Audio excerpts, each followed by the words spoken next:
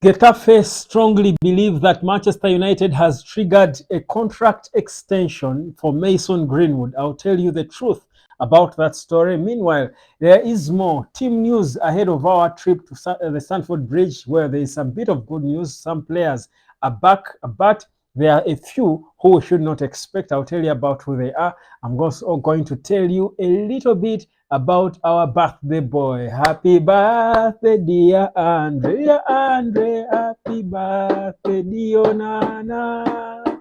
Happy birthday to you. Happy birthday to you. Happy birthday, our number one. Onana, what's your name? Onana, what's your name? Onana, baby. You know you're the best goalie right now in the Premier League. Oh my goodness, I even feel a headache. Welcome again. My name is Webb. It is Andre Onana's 28th birthday today. Yes, born on the 2nd of April, the year 1996 in Cameroon. Little did he know that he would grow up to become an important player, one of the most spoken about players in football every day. I think since he joined Manchester United, since before he joined Manchester United, Onana, I think, was one of the most Googled individuals in the world, where he's now fast becoming and establishing himself as a great at Manchester United, considering his current form and his performances. No wonder he has been nominated among the top three best players at Manchester United in the month of March. Him, Diogo Dalot, and Alejandro Garnacho. And I'll tell you, Garnacho has been decent, Dalot has been good, Onana has been exceptional. I voted myself on the Man United website and I voted for Andre Onana, who I thought was denied an opportunity to be winning his first Man of the Match accolade because of certain performances from individuals in some of the games we've had, but he has by far been consistently our best player as Manchester United, and he's the reason we didn't lose probably against Brentford. So Onana, happy birthday, man. Sorry for the bad times. They all come to us. They keep coming to all of us in our careers, in our jobs, in everything we do. Even in these videos I give you, there are videos I make that will not really make a lot of sense to a lot of you, and it's okay. I get it. No qualms about it. But there are those I will make, and you're excited about them. They make you happy. So it is life. You win some, you lose some, but regardless, pick yourself up and go on hoping that the good times will come, and eventually they will if you keep your head up. But give big kudos and respect to Andre Onana for how he has turned things around for himself at Man United. And I'll tell you, he is without a doubt one of our most important players right now. One of the most important. So, Andre Onana, happy birthday, fam, once again. Now, let me give it to you. So we've got a game against Chelsea on Thursday, and there's some news there, of course, ahead of that game. Altel Baindil was pictured in training today with the goalkeepers, with Tom Heaton and Co and Onana himself. So there is a possibility that he could be in the squad. He could be reinstated in the squad as a backup goalkeeper. Remember, he has been out for a few games because of an injury in the muscles, but it's said that he could be ready to return between tomorrow and early Saturday. They will be able to make a proper judgment on whether, okay, between today and tomorrow, that's Wednesday, the game is on Thursday, they should be able to make a proper decision on whether he can be part of the squad. So that's a big positive, because we want our first choice backup goalkeeper to be there. The sad bit is that Varane and Lindelof, like I hinted, are doubted, and they most likely won't be playing a part in the game at the Bridge, especially Rafael Varane, an important player. I think the only joy we could have is the fact that Lisandro Martinez is back and Harry Maguire seems to be fit. But Varane is headed out. And I've been seeing today Varane trending because of statements he made saying that his boy plays football, and whenever he heads the ball, he tells him not to hit the ball. He advises his boy not to hit the ball because eventually, when you keep heading the ball, you get injuries, and that will affect you later in the greater good. And as any parent, I think they feel concerned for their children. And I know so many parents who don't want, even footballers who don't head the ball. There are so many who don't want to use their head.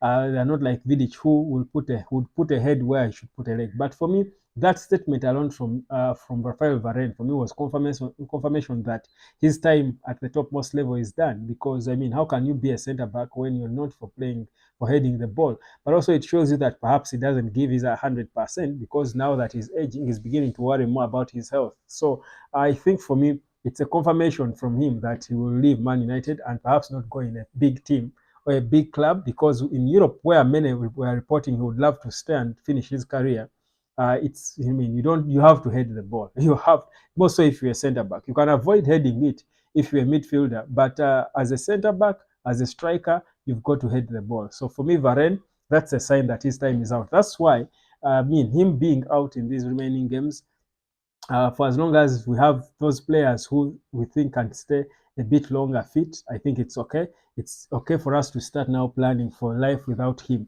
Ali, we need to get used to that. Now, speaking of life without someone, I think if there's one person that we have struggled to live without, it is Mason Greenwood. We've seen how we've struggled in the right wing, where he plays best from. He's performing well at Getafe, working wonders now. There is a story about Greenwood that has just come out today, suggesting that Getafe strongly believe that Manchester United triggered a one-year contract extension with Mason Greenwood after after failing to find a club to meet the evaluation of the player.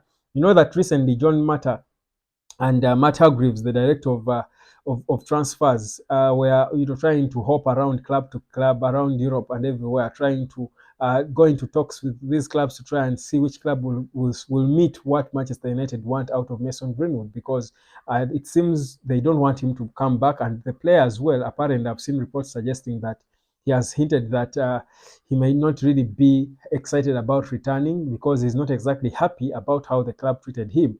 There are some people who think Man United treated him right. I'm one of those who doesn't think so.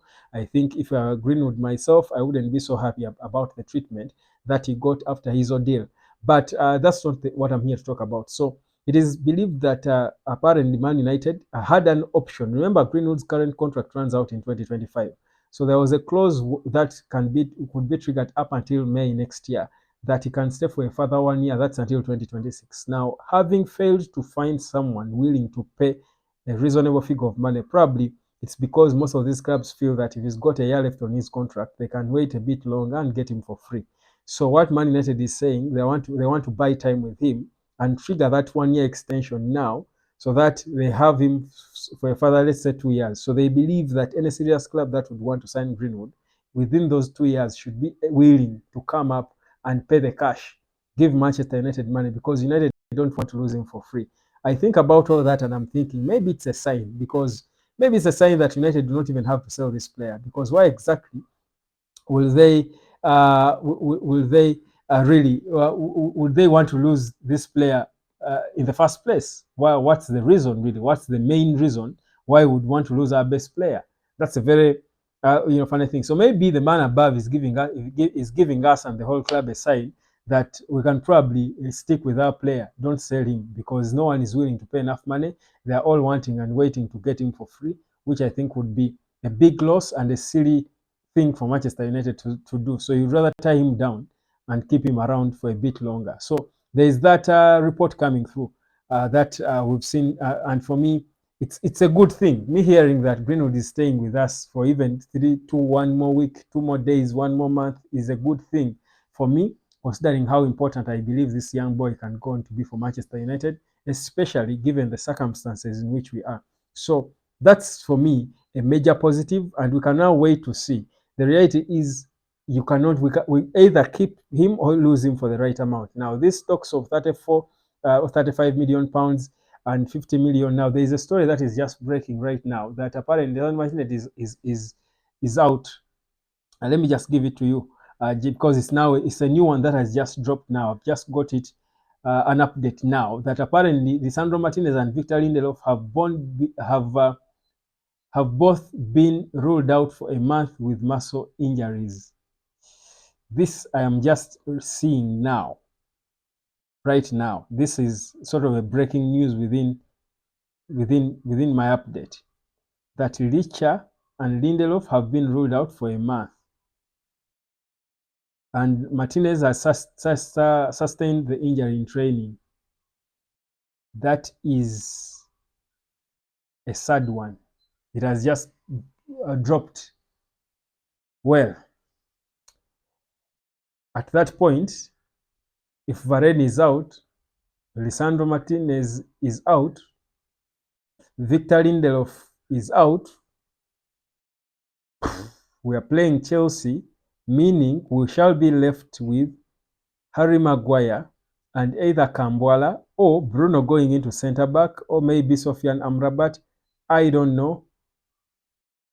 I think I have nothing more to say at this point. That's how breaking this news is. It's not just breaking news, it's really breaking me that there is no more I've got to say.